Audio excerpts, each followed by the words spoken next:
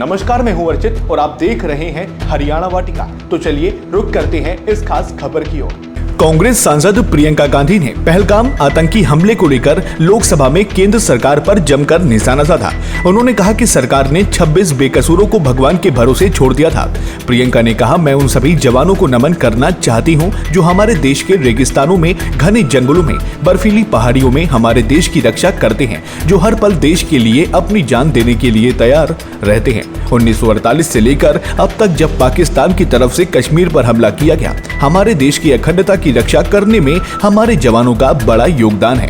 कल रक्षा मंत्री जी ने 1 घंटे का भाषण दिया जिसमें उन्होंने बहुत सारी बातें की, लेकिन एक बात छूट गई।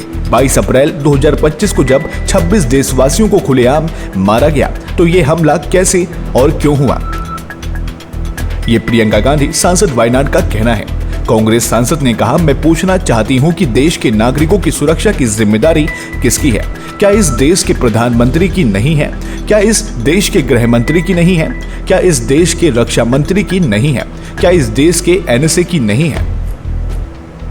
प्रियंका गांधी ने सवाल पूछा कि जब सरकार ये दावा कर रही थी कि कश्मीर में आतंकवाद कैसे कम हुआ, सरकार पर हमला बोलते हुए राहुल गांधी ने कहा कि आप इतिहास की बात करते रहिए, हम वर्तमान की बात कर रहे हैं। गृह मंत्री जी ने कहा कि पाकिस्तान के पास शरण में आने के बजाय कोई चारा नहीं था। सवाल है, आपने शरण दी क्यों?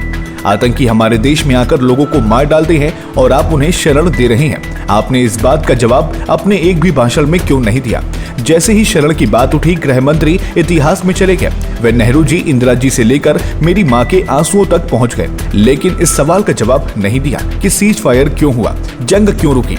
प्रियंका गांधी ने कहा कि जब ऑपरेशन सिंदूर की शुरुआत हुई थी तो पूरा देश एकजुट था। प्रधानमंत्री जी ने श्रेय लिया, लेकिन सिर्फ श्रेय लेने से ही जिम्मेदारी पूरी नहीं होती। प्रियंका गांधी ने कहा कि देश के इतिहास में पहली बार हुआ जब जंग होते होते रुक गई, और ये ऐलान भारतीय सेना या सरकार ने नहीं किया बल्कि अमेरिका के राष्ट्रपति ने किया।